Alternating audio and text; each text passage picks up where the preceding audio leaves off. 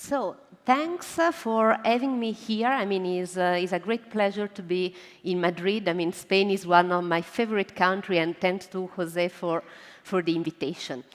I would like to start today with a sentence from Nicolas Negroponte that I found extremely something that we need to reflect about because it's describing our reality.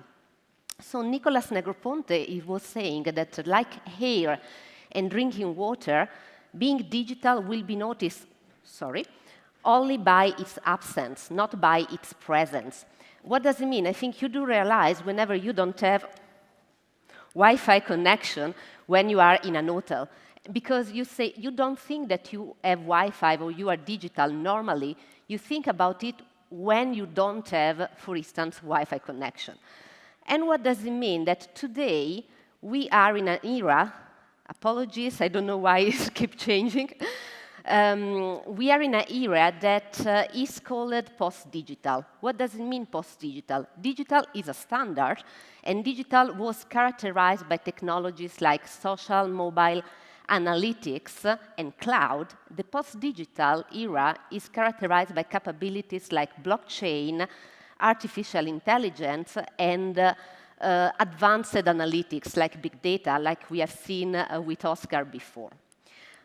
Post-digital is also characterized by something that is not only data, it's connected data. What does it mean? Just think about your activity every day. You just, what is happening, we do create the data, this big amount of information that we do have today, 90% of it is created by us. And it's not only us that we are creating data, also objects create data. So just consider that right now there is something like 30 billion of IoT devices connected, and they expect that we will have 80 billion by 2025. So all those data, why are so important? Often you hear that we are in the data economy, and data is the new oil. Data are so important because are making machine intelligent. So without data, machine can't be intelligent. And the reason why we had this booming of AI in the latest 3-4 years is because we do have a big quantity of data created by us and by devices. We have much better processing power, and we are refining some data models like machine learning and deep learning. This brings us to another reality that we live today, the connected experience. Again, think about your daily life. You always have a smartphone together with you. It means you are taking picture of this today event. You're taking picture about everything. You post picture on social media. So your identity is not anymore online or offline, is merged, is together.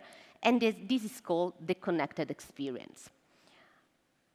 It's not only something that is affecting you, but is affecting also your customer. And this is also relevant because what we do see today is the concept of consumer as innovator or prosumer. So the consumer are creating the innovation. So it means they're thinking about new experience, new services, new information that they create themselves, and they want to see realized. So there is a complete integration between what is the innovation that is driven by a company and the innovation driven by your consumer, because they not only expect it, they want to contribute to it. And this is what we call the experience economy. As Oracle, we believe that this is the present and also the future, and that's the reason why our platform empower the experience economy. That's the reason why we do consider that we need one platform to integrate the front end and the back end. Even sometimes it's even not correct to think in back end and front end because it's part of the same experience.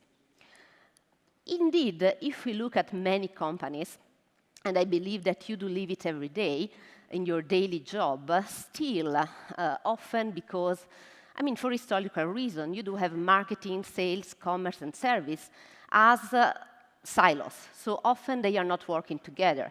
There are functional silos, but still they are not connected. And this is something that you need to change as soon as possible. Why? Because your customer, they don't think in silos. Their experiences, they want to have experience, they want to receive services, and their approach is absolutely not linear. And the challenge today is break these silos and consider your brand at the center of all the different aspects.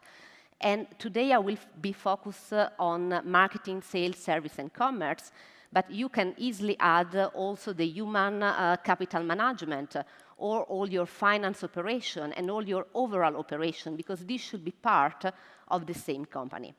So what's the future look like? I mean, the future, the winning company will be the one that are hyper-connected. It means the one that are able to see and understand how to unify the different functional aspects to avoid to have any barrier internally and externally, to be in tune with our needs. What does it mean? To be in tune with the needs of your employee. So just think about platform like Glassdoor. You know, everyone can check actually how you are treating your employee, or also in tune with the need of your customer, that as we have seen, they are also prosumer because they want to be innovator, they want to co-create. And you need to value, I mean, if you are able to do it, you will be drive value at any point. So Jose was introducing also this morning the 4 theme of the experience economy. And we are going to start with the first one. Apologies again. The first one is what we call discover. And discover means discovering from your customer. So it means that they want to have something that is new, but also discovering from your side. So it means you want to anticipate the need of your customer, and you need to have like enough data. You need to be predictive to be able to anticipate the micro moment when someone wants something or want to have some information. To understand how the discover phase is changing, let's think about something. It took 13 years in US to reach critical mass for TV. It took 2 years in US to reach critical mass for speaker. Speaker like Google Home, Alexa, and so on, and Oriol gave us a demonstration before. And what are the expectations? Is that by 2022, we will reach 870 million of devices talking to us, or us talking to the device. I mean, it's obviously reciprocal. And what does it mean? That we are moving to what we do call the conversational experience. So if we put it in perspective, we see that we were moving in a few years, starting from the beginning of the web, 1995, people were looking for information through search. Okay, and so what was our role? To make people click into different information. Then around 10 years later, we had the booming of social, so everyone was on social media. And so people, they wanted to share. So your role was make people share about what your brand is doing, share pictures, share their personal life. We are now moving into another era, so the conversational era. And actually, it's so successful. Why? Because it's so natural, it's so normal, so human for us to talk with a device that's the reason why it's booming and is taking place. And our role is make people talk. That probably is much easier, that make people click on something or share on something, because it's already a natural experience. And that's the reason why, as Oracle, we heavily invest also on conversational experience. How we do it? I mean, first, we are extremely open, so it means that our platform can get third-party data via API, and you can integrate any other system. Something extremely important, we are persona-based, and this is relevant because your experience, maybe you are looking to buy something, or you are looking for information, and this is a different persona. I mean, buy is not exactly like looking for information. And so we are persona-based in order to accelerate the fact that you can build a perfect assistant. And we are flexible. What does it mean? And this, again, is really important because you may want to start a conversation in one channel that could be, for instance, a social media channel, but then you may want to shift to another channel. And so it's extremely important to cover all the different channels as one experience. This is an example of what could be an Oracle digital sales assistant. Just imagine a salesperson that actually is asking what are the opportunities for the next fiscal quarter. In this case, there are two aspects. There is not only, in this case, it's not a voice bot, could be a voice bot or a chat bot. It's not only providing correct information, but it's doing a step more. So it's the concept of next best action. And it's something that is embedded in all our applications. It's called Adaptive Intelligent Apps. It's a way of delivering artificial intelligence. What does it mean? The system is going to analyze, in this case, all the historical data. For instance, all the time that a similar deal was won or not. It's analyzing all the information in terms of win probability, and is suggesting, actually, to the sales guy what is the next best action he should do in a certain situation.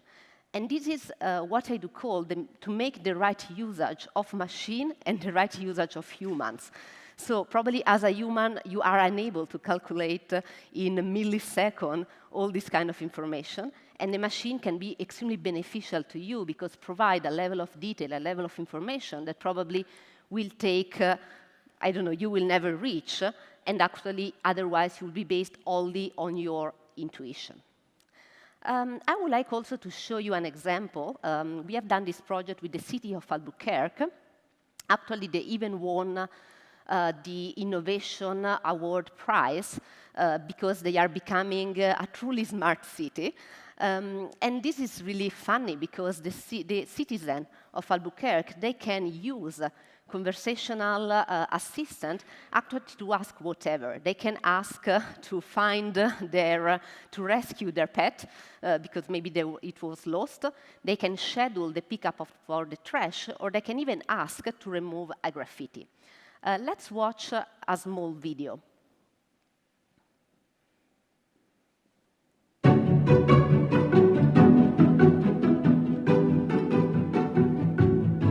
Alexa, open Albuquerque 311. Greetings. You can ask me a question about the city of Albuquerque. What can I help you with? I want to report graffiti. What is the address where the graffiti is located? 1 Civic Plaza. Okay, so the address where the graffiti is located is going to be 1 Civic Plaza. Is that right? Yes. Great. Your request has been submitted. May I assist you with anything else today? No, thank you. Thank you. It was my privilege to serve you.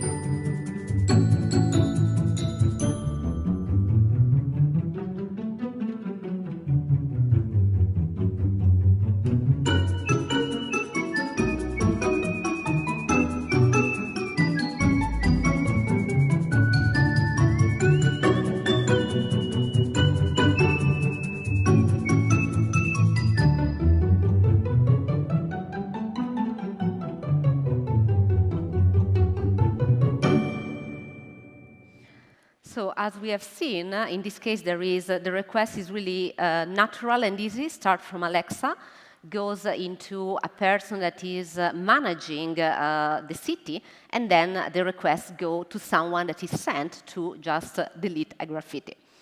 Let's move now to the second theme, part of the experience economy, engage. And if there is one message I think you should get from today, and in general from what is the most important aspect of experience economy, is engaging with your customer. Sometimes we talk about marketing, we talk about service, sales. All these, it works only if you are able to engage and establish a true relationship, a trustable relationship with your customer. And let's analyze this with an example from Starbucks. I mean, every one of us, we know Starbucks. Right now, I'm Italian, and they even opened a Starbucks in Milan. I don't know if you know the story, but for many, many years, the founder of Starbucks refused to open a Starbucks in Italy because it was like his inspiration. And we know that we as Italians, we are used to take the coffee at the bar really fast. And actually, the first Starbucks in Italy was opened in Milan and is a great success. So really, I was never able to go there because there is always hours of queue. So Starbucks is an extremely successful company, is able to engage with their client in a fantastic way. And how they are using Oracle platform? Actually, they are using Oracle CX to better serve their customer and listen also to their customer. So they have, again, I think a really good usage of a mix of between machine and human. So they have something like 30 million of queries that are going via web and mobile that they do manage in a kind of automatic way. So it means via chatbot and voicebot. Plus, they enable something like 1,500 agents in 40 different countries to actually reply, manage, engage their customer. And what is also more important, they do it into all different channels. And this is also is something that we offer this level of flexibility. And actually, what we do offer is also to be always, following what is the new channel. I mean, maybe today is Twitter, tomorrow will be WhatsApp, and tomorrow again will be a platform we don't know. But for you, it's key to engage with your customer in all the different platforms.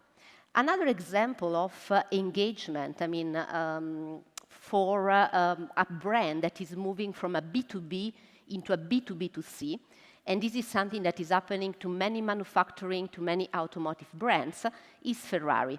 And with Ferrari, we are doing a project that is interesting from few aspects. So their issue is that they challenge to get information about their customer when the customer is buying a Ferrari. For multiple reasons. The main reason is that before the project they've done now, they didn't have a control of what was the shopping experience or the ritual of sales in the point of sales, in this case, at the dealer. So what they've done, they provided to the dealer what we do call a dealer app, where the dealer is guided step by step in doing a ritual when showing the Ferrari, explaining what the car is about, and is collecting also the information about the customer. You will be surprised, but also for Ferrari, 75% of people are recurrent customers.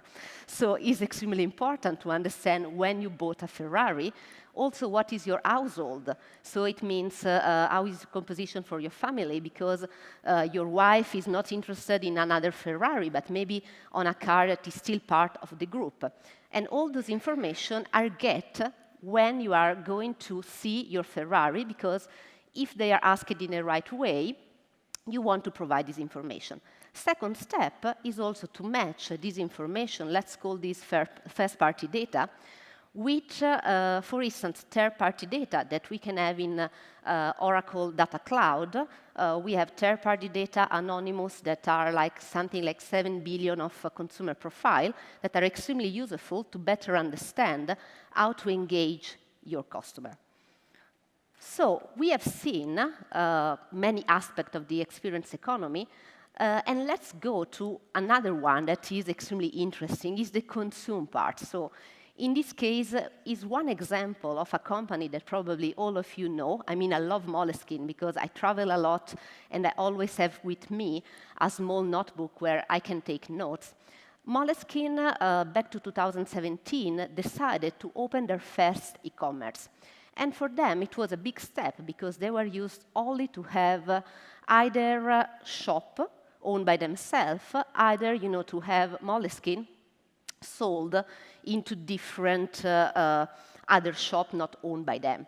What they were able to do with Oracle Commerce Cloud to launch their e-commerce in 35 countries in only 7 months.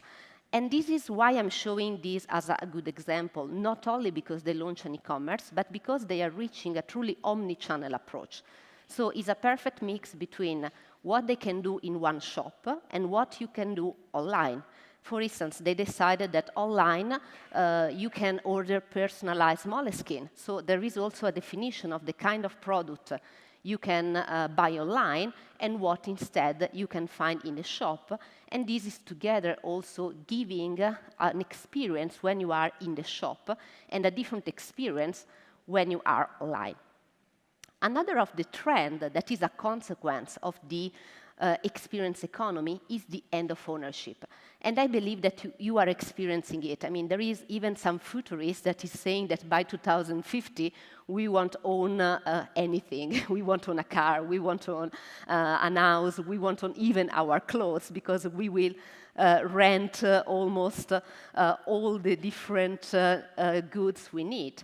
And this phenomenon starts fast with digital services. I mean, you can think about LinkedIn, Netflix, and actually even Netflix, how it's revolutionizing also our consumption of movies.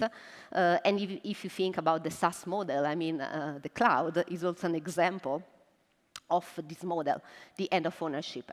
And this is expanding even into physical goods. Just think that airline companies, they don't buy anymore an engine, but actually they subscribe to the usage of an engine.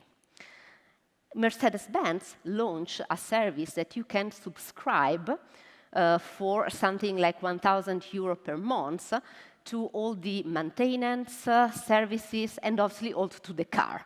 And this subscription lasts a couple of years, and these 2 years you can even change the kind of car if for some reason you don't want to have it anymore. So that's the reason why, as Oracle, we announced actually at Open World a few months ago that we are launching a subscription management platform. And why this is extremely useful and extremely important, because part of, let's say, to be successful in a subscription model is also extremely important to manage the model end-to-end, and also to have all the information, all the data, to make prediction, to understand fast if the person is happy with the subscription he subscribed to, but also to understand if he's ready to something different. And this you can do in a kind of a really easy way, only if you are able to analyze the data and predict what is the behavior, because the key of a subscription model is the recurrence of the model. So to subscribe once and to remain subscribed for few years or many, many years as possible. The last part, the last theme, part of the experience economy, and this is linked also to what we have seen today before, is serving. And I want to show you an example from a company called Carbon. I mean, this company is already extremely advanced because they do this kind of shoes, and the shoes are 3D printed. So it means that the machinery they are used are all enabled with IoT, with sensor, and you can track every different step of the production of the machinery, of the shoes, and you can track and you can monitor in real time the machine.